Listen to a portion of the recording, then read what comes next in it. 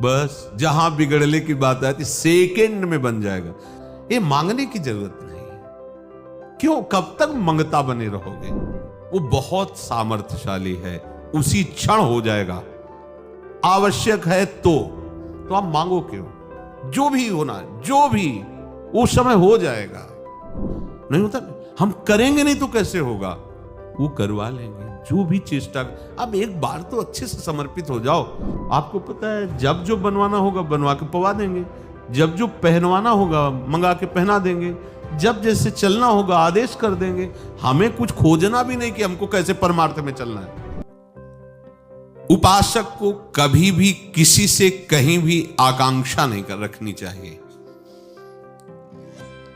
इसमें बहुत धैर्य की आवश्यकता है। लगता है कि ऐसा अगर हम कह देते हैं तो काम चल जाएगा, और उसी समय वो अनंत ब्रह्मांडों का स्वामी आपके अंदर बैठा हुआ देख रहा है कि मेरे से नहीं बोल रहा, ये बाहर चाह कर रहा है। तो मौन, चुपचाप मौनी बाबा बने बैठे रहते हैं। और आपके मन में आया, उसी समय आप पलट गए। हिप, इतना महावैभवशाली प्रभु है हमारा स्वामी, अगर उसको ऐसा करना होगा तो कर देगा ना, हम क्यों मांगे? नहीं नहीं और नहीं। आकांक्षा का त्याग हो जाएगा। आप सच्चे मानिए, जिस समय आपको जो आवश्यकता वास्तविक होगी वो हो ही जाएगा। वो बहुत सामर्थ्यशाली है, उसी क्षण हो जाएगा। आवश्यक है तो आप मांगो क्यों? जो भी होना, जो भी उस समय हो जाएगा। जब हमें प्रभु से ही नहीं मांगना तो औरों से मांगने की बात क्या है? बिल्कुल नहीं मांग, अपने प्रभु से भी नहीं मांग। कोई बच्चे हैं क्या? वो अज्ञानी है क्या कि हम कहेंगे तभी वो बात पूरी करेंगे? खूब जानते हो, सर्वज्ञ हो, हमारे हृदय में भी बैठे हो।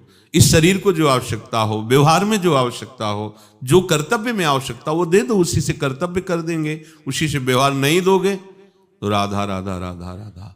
बस हम आपसे भी नहीं चाहेंगे, वो आपसे भी नहीं चाहेंगे। वो परम पद का अधिकारी है। न कांक्षति, न द्वेष्टि और न कांक्षति। जरा इस पर ध्यान दो। आकांक्षा, कामना हम क्यों करें? इतने बड़े साहब हैं, जैसे मानो आप हम पर अपना भाव किए हैं। आपको पता है, जब जो बनवाना होगा बनवा के पवा देंगे, जब जो पहनवाना होगा मंगा के पहना देंगे, जब जैसे चलना होगा आदेश कर देंगे। हमें कुछ खोजना भी नहीं कि हमको कैसे परमार्थ में चलना है। हम तो बैठे हैं, आपकी जिम्मेवारी है कि हम कैसे चलें वो बोलो, कैसे जिए वो देखो, कैसे रहें वो तुम देखो। हम बस आपके हैं, बस इतने से ज्यादा हम और जानकारी नहीं चाहते। सब बना बनाया है। कई बच्चा के पेट आ जाएगा निकुंज रस, अपने आप आ जाएगा। ज्यादा जानकारी की जरूरत नहीं, ज्यादा परेशान होने की जरूरत नहीं। बस जरूरत इतनी है, आपको जो जरूरत हो करवा लेना। बैठा हूं मैं, आपको समर्पित है। अब आप देख लो क्या क्या करवाना है। मुझे पेमेंट चाहिए, आपके लिए मैं बैठ गया हूं। अब आपको जो करवाना हो, जैसे रखना हो, जो पवाना हो, जो ही प्यारो करे सोई में। यही तो धीरे धीरे आपकी जाकर के उत्तम भूमिका बन जाएगी भक्ति की। पर यही समझ में नहीं आता। वो जो जाल जैसे मकड़ी बुनती है ना, ऐसे अंतःकरण में ये चारों जाल बुनते रहते, माया का, मन बुद्धि चित्त अहंकार। वो इसी जाल में खेलता रहता है जीव, समझ नहीं पा रहा। अगर इस जाल से हट जाए ना तो फिर आनंद मगन हो जाए। आंतरिक वृत्ति को समझो। तुम उस मन का पक्ष ले रहे हो जो अनंत जन्मों से प्रभु से विमुख हुए और मांग पर मांग बढ़ाते चले जा रहे हो। ना कांक्षति, अन मांगे आगे आवेगो, जीव पल लागे पल को। स्वामी जी महाराज, स्वामी हरिदास जी महाराज। हरि भज रे, न छाणी न मान नर्तन को, मति बंछे रे तिल तिल धन को। अन मांगे आगे आवे गयो, जो पल लागे पल को। ओ कह हरिदास मीच जो आवे त्यो धन है आपन। हा, कैसे महामहिम वचन है स्वामी जी महाराज के। आपको तो केवल भजन करना है, आकांक्षा नहीं करनी। थोड़ा विश्वास करके बैठ। बहुत कमजोर हैं अपने लोग। नहीं, ऐसा कैसे होगा? अगर हम कहेंगे नहीं तो कैसे होगा? हाँ, तुम्हारे कहने से पूरा विश्व चल रहा है। नहीं होता। हम करेंगे नहीं तो कैसे होगा? वो करवा लेंगे। जो भी चेष्टा, अब एक बार तो अच्छे से समर्पित हो जाओ। पर वो देखेंगे कि वो देखते हैं। एक महात्मा गए और एक गांव में कहा कि भिक्षा करवा दीजिए। भगत ने हाथ जुड़ाओ महाराज, पर बोले हमारी शर्त सुनिए, हम 56 भोग पाते हैं। अब जिससे 56 भोग कहे तो गांव के किसान गरीब आदमी तो हाथ जोड़ देते, महाराज हम जानते ही नहीं 56 भोग बना क्या पाएंगे, है ही नहीं इतना कुछ, नमक रोटी दाल ये तो पा सकते हो आप। पूरे गांव में चर्चा हो गई, महात्मा आए और विमुख जा रहे हैं 56 भोग। तो एक बहुत विवेकवान और सत्संगी थे, उन्होंने महात्मा जी के पास जाकर कहा कि निमंत्रण है आपका। तो उनका जानते हो? बोले हाँ, पूरा गांव जानता है कि आप 56 भोग आरोगी हैं, बिना 56 भोग के आप कुछ पाते नहीं। बोले हाँ। बोले हम 56 की व्यवस्था के अगर उसके आगे भी होगे तो 58 कर देंगे, आप चिंता मत करो, ठाकुर जी की कृपा है, समझे ना, तुम्हारे धैर्य की परीक्षा होगी। ले गए। अब 2 बजे दिन में 12 बजे तक हो जाना चाहिए, 2 बजे तक तो महात्मा जी चुप रहे। बोले 2 बज रहे हैं, महाराज 2-4 भोग की बात होती, 56 है। शाम हो गई। बोले महाराज 20-25 तो तैयार हो गए हैं, अभी 25 और 6 मतलब 31, अभी 31 है और आप 56 भोग के बिना कुछ पाएंगे नहीं। रात्रि के 10 बजे बोले महाराज अब 20 भोग रह गए हैं, बना कुछ नहीं बना। अब वो बोले इतनी भूख लगी और तुम? बोले महाराज भुने हुए एकदम चना खिले हुए रखे हैं और उसमें थोड़ा सा कड़ुआ तेल और नमक और हरी मिर्च की चटनी, आप कहो तो लाए, आप शुरू करो, वो 20 जब हो जाएंगे तो पा लेना। हाँ ठीक है, बढ़िया है, लाए। वो जोर से चिल्ला के छत में बोले महात्मा 56 भोग का नहीं, वो चना पा रहा है, आप सब आके देख लो गांव के। अब वो महात्मा तुम ऐसी कैसी बात छत में चढ़ के कह? बोले तुम्हें पता होना चाहिए ये गरीब लोग हैं जिनके पास रोटी भी खाने के लिए और 56 भोग की आप मांग करते हो। आप निष्ठा है आपके अंदर 56 भोग पाने की? भूख नहीं सह पाए, चने में आप बिता दिए, आप बैठे रहते कि पाऊंगा तो केवल 56 भोग, तो कुछ भी होता हम तुम्हें 56 भोग पवाते। एक भी नहीं बना है। हम यही देखना चाहते थे वो वास्तविक तुम्हारी निष्ठा है या केवल ऐसे ऊपर ही बोल रहे हो। ये हमारे ठाकुर जी भी देखते हैं, केवल आपका भरोसा नाथ, तो नाथ भी देखते हैं। ऐसी परिस्थिति पैदा कर देते हो, सामने उसको भेज देते, सुनो ऐसा कर सकते हो? जी जी महाराज। और वो महाराज अंदर से बैठे, हाँ मेरे आश्रित हो, मेरे आश्रित हो तुम, बस ये बात समझते रहना, बहुत सूक्ष्म बात है।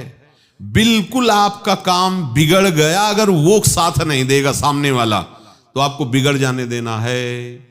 बने तो रघुबर ते बने, बिगड़े तो नाथ अब नहीं, किसी से नहीं।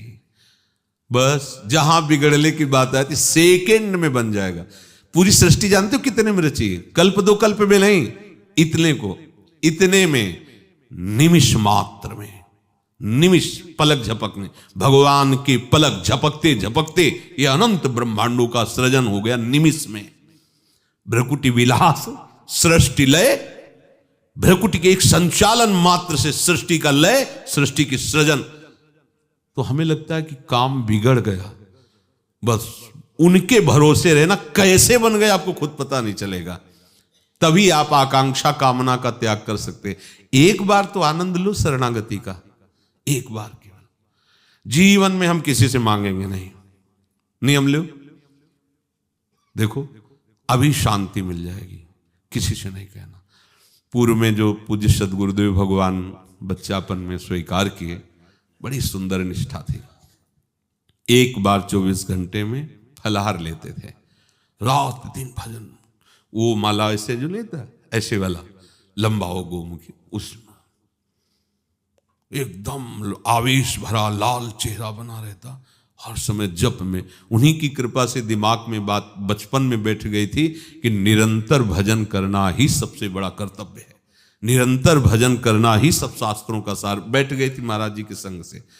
उनकी हम आपको निष्ठा बताते हैं, एक बार केवल पाना है। अब जो भी गांव, कोई आलू उबाल के थोड़ा गुड़, कोई दूध लेके, कैसे भी, एक बार भिक्षा का था। और वो कहीं जाते नहीं थे, वहीं आके देना होता था। और उसका नारियल का खप्पर था, सन्यासी थे ना, तो ऐसे खप्पर रख दिया। और आपने अगर पूछ लिया स्वामी जी डालें, तो खप्पर हटा लिया, नहीं ठीक है जाओ, अब नहीं पाएंगे, कल पाएंगे। पहले ही सबको बता दिया, पूछना कुछ। अब जैसे आलू रख दी तो स्वामी जी गुड़ रखें, नहीं नहीं बस। दूध तो स्वामी जी और डालें, नहीं नहीं बस। कभी ऐसा नहीं किया, पूछ लिया, कहते थे पूछ ही तो हटानी है, कोई भी हमारे अंदर आकांक्षा ना रहे। कई बार ऐसा धोखा हुआ, नया जैसे कोई आया ना, और तो डालें महाराज जी, वो तो पूछते नहीं, अब डालें, नहीं खप्पर रख लिया। क्या अपराध में? तो बोले पूछना, उनका नियम था उनका, आप पूछ नहीं सकते, डालते चले जाओ, जितना डाल दो जितना, जहां पूछ लिया वही बंद। तो वहां जो प्रसाद देने आता था उसको पहले वो चुप रहता था, डालते गए जितना जो कुछ लाएगा वो शांत। कभी उन्होंने चाय का समय हो रहा, कभी नहीं, शांत एकदम। ऐसे पुराने संत महात्माओं के दर्शन और सानिध्य मिले, बिल्कुल शास्त्र उनके हृदय में बैठा हुआ है। और का नहीं पढ़े थे, स्कूल नहीं गए थे, क्योंकि जो पुराने जन होते थे ज्यादा पढ़ाई लिखाई कहाँ, अपना गांव गली में मेहनत किसानी ऐसे। स्वामी जी का नहीं पढ़े थे, पूरा आचरण शास्त्र सम्मत। ज्यादा समय नहीं मिला, 2 वर्ष में ही अंतर ध्यान हो गए, फिर आगे की यात्रा चली। तो न कांक्षति, वही सन्यासी जिसके अंदर कोई आकांक्षा नहीं। तो भक्ति में भी तो है ना, चाह नहीं, कोई चाह। ये विश्वास करो ना प्रिया जी पर, प्रभु पर विश्वास करो, क्यों नहीं करते? एक आदमी कोई कह दे हमसे, जो धनी मानी हो, कि आप चिंता मत करना, कभी कोई जरूरत हो, किसी और से बात करने की जरूरत नहीं, मैं हूं, तो छाती फूल जाएगी आज से ही, अभी से। कोई बड़ा अधिकारी आग कह दे, कोई आंख दिखाए, तो आप दबना नहीं, फोन कर देना, बस हम ऐसी तैसी कर देंगे, ऐसे चलेंगे। वो भले कभी फोन ना उठावे, लेकिन आप तो कह रहे हैं ना, योगक्षेमम बहाम में हम, और वो कहीं फोन करने की जरूरत नहीं, यहीं बैठे। हमें विश्वास नहीं हो रहा, हम भक्त कहलाते हैं, हम शरणागत कहलाते हैं, हम भरोसा उस पड़ोसी का रखते हैं कि अगर कुछ हुआ ना आवाज देंगे वो आ जाएगा। उसको उसकी जरूरत नहीं है, उसको आप अपना मानो, जिसको आवाज भी न देना पड़े आ जाए। तो आप कहोगे द्रौपदी ने जब तक पुकारा नहीं तो आ क्यों गया? क्योंकि अन्य आश्रय था। केवल कृष्ण के आश्रय होती तो दुशासन की ताकत नहीं थी महल में जाके बाल पकड़ सके। अगर केवल प्रभु का भरोसा केवल होता, प्रभु का भरोसा तो तब पूर्ण रूप से हुआ जब सब जगह निराशा हुई, नहीं तो किसी की ताकत नहीं थी कि जाकर द्रौपदी जी को स्पर्श कर सके। इसीलिए बुलाना पड़ा कि तुम्हारा भरोसा खत्म हो जाए तब बुला लेना। नहीं, हमारे स्वामी ऐसे नहीं है। अगर आप अन्य आश्रय त्याग कर भरोसा किए हुए हैं, हाँ, वो हर समय करो सदा तिनके, उनके वचन है, करो सदा तिनके रखवारी, जिम बालक राखे महतारी। माता कार्य में रत है ऐसा मत समझ लेना, वो अपने आंख की एक दृष्टि वो अपने बालक पर ही रखती। कुछ भी कर रही हो, क्या कर रहा है, कैसे खेल रहा है, कहाँ है, क्योंकि उसका ममता का जो स्वरूप, ऐसे ही हमारे हरि अपने भक्त पर दृष्टि रखते हैं। वो तो केवल दृष्टि ही रखती है, आप तो कहते हैं जहां जहां भक्त मेरे चरण रखे वहां वहां रखूं हाथ, ऐसे चलाते हैं। अब जब जान जाओगे तभी तो भगवान शिव कहते उमा राम स्वभाव जे जाना, ताय भजन तज भावना। ये मांगने की जरूरत नहीं है। क्यों, कब तक मंगता बने रहोगे? लिस्ट बनी पड़ी है, फाड़ डालो लिस्ट, हटा दो जिनसे तुम्हें मांगने का अपनापन हो गया है, हटा दो, और एकमात्र से बिना मांगे निहाल कर देंगे। पर ये अज्ञानी मांगता नहीं, मांग ही बैठता है, फिर हंस देते हो। जब मांग बैठता है ना, तो वही है सब रूपों में देने वाले, पर वो हंस देते हैं कि कहा रही तुम्हारी अनन्य निष्ठा, मेरे सिवा किसी की तरफ देखा ना चाह करके, चलो फिर कमर कसो आगे बढ़ो। न कांक्षति, जो भगवत मार्ग का पथिक है, न कांक्षति उसकी सिद्धि है। ये मांग नहीं होनी चाहिए। या तो बहुत छोटी छोटी बात में मांग भरी हुई, छोटी छोटी बात मांग नहीं होनी चाहिए। उपासक जितना मांग रहित होता चला जाएगा, उतने उसके हृदय में प्रभु की प्रति अधीनता पैदा होती जाएगी।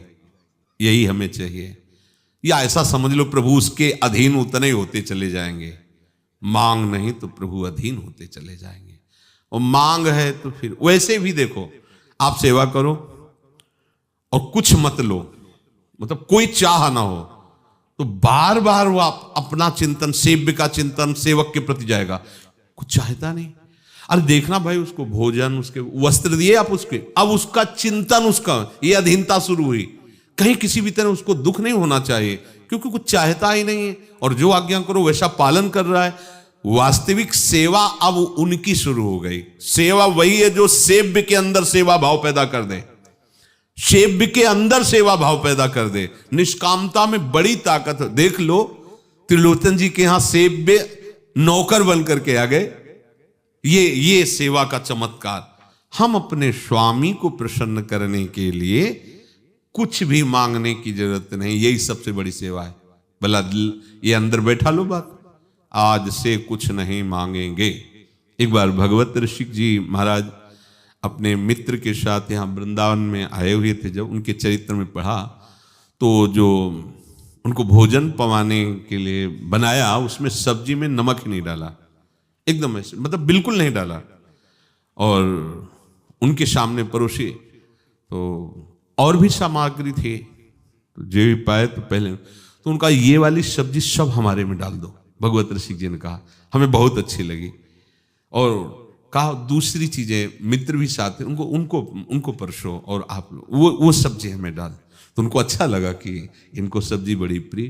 अब उसमें जो पात्र में बाद में थोड़ी सी बची होगी, तब जो बनाने वाले उन्होंने अरे नमक नहीं डाला। भगवत ऋषि जी क्षमा करना ना, बोले मुझे तो बहुत अच्छी लगी, मुझे तो ऐसा नहीं लगा कि, तो इसीलिए मैंने लिया। मतलब समझो, कह सकते थे कि इसमें नमक नहीं डाला, क्या भूल गए क्या? नहीं, अब डालने की जरूरत नहीं, पर नहीं डाला क्या? नहीं कहा, चुपचाप। आज प्रभु ने इतना सुंदर अवसर दिया है रसेंद्री के लिए, बढ़िया बिना नमक का पा दे। जो भी जैसा मांग अंदर से जो उठती है उसको दबाना सीखो, उसको रौंदना सीखो। जो मांग उसी में, तो फिर ये मांग उठती रहेगी ना, तो प्रियालाल के प्रति हमारा अपनापन नहीं हो पाएगा। जैसे लोग कहते हैं, प्रश्न करते हैं कि प्रभु के प्रति अपनापन क्यों नहीं हो पा रहा। हम जानते हैं श्री जी हमारी हैं, पर क्यों नहीं हो पा रहा? कोई अपना है, शरीर संबंधी, शरीर कुछ मांगे हैं। ये जब दोनों बातें हट जाएंगी ना, तो आप देख लेना, श्री जी के बिना आप जी नहीं सकते। ऐसी बेचैनी, ऐसी हमारी सखी हैं, ऐसे हमारे प्रीतम हैं दोनों, और हम उनके बिना जी सकते हैं, उनके सिवा और किसी की याद करें? क्यों याद करें? सुंदर देखो तो ये महामहिम प्रताप इनका, सारा ऐश्वर्य इनका, सारा, अब हम और किसी का चिंतन कर। देखो कितनी हमारी निकृष्ट बुद्धि है कि इतने बड़े हमारे प्रीतम प्रिया, इनके सिवा हम किसी और को दिमाग में लाए, सोचें, चिंतन करें। कितनी घटिया सोच है हमारी। हमारे इतने सुंदर श्री लाडली लाल हैं, इतने महामहिम हैं, वेद शास्त्र ऋषि मुनि सब जिनकी चरण रखने की चौकी की यश गाते हैं, वंदना करते हैं। अब इन प्रभु को छोड़कर हम और किसी की याद करें, और किसी को अपना माने, और किसी के लिए हम अपनी स्मृति दें? कितनी घटिया सोच है। हम बनते हैं महात्मा, ज्ञानी, विज्ञानी, साधु, महात्मा। कैसे सोचो, हम उपासक बनते, भक्त बनते हैं। हमारा लक्ष्य क्या है? प्रिया प्रीतम। और इनसे बढ़कर कोई है? अगर रूप का चिंतन करना तो इनका चिंतन, प्रताप का तो इनका, बल तो इनका देखो ना, इन्हीं के बल से सब बलवान है। वैभव ऐश्वर्य इनका, प्रेम तो इनका देखो, प्रेम समुद्र है। अब किसका हम चिंतन करें? ये क्यों चिंतन हो रहा है? अन्य का। बस कारण यही, कुछ मांगे हैं, कुछ अपनापन अन्य जगह है, इसीलिए प्रिया प्रीतम से अपनापन नहीं हो पाता। गेया सा नित्य सन्यासी, ये जो जान जाता है वो नित्य सन्यासी है। किसी से द्वेष नहीं करता, किसी से कुछ चाह नहीं रखता। ये चाह ही हमारी सबसे बड़ी बाधा है। चाह की पूर्ति नहीं हुई तो गुस्सा आ गया, द्वेष हो गया। चाह मिटाना ही साधुता है, आवश्यकता मिटाना ही साधुता है। हर परिस्थिति में हम सुखपूर्वक रह सके, हमें ऐसा अभ्यास करने का अवसर दिया गया है। किसी में आप बंधो मत।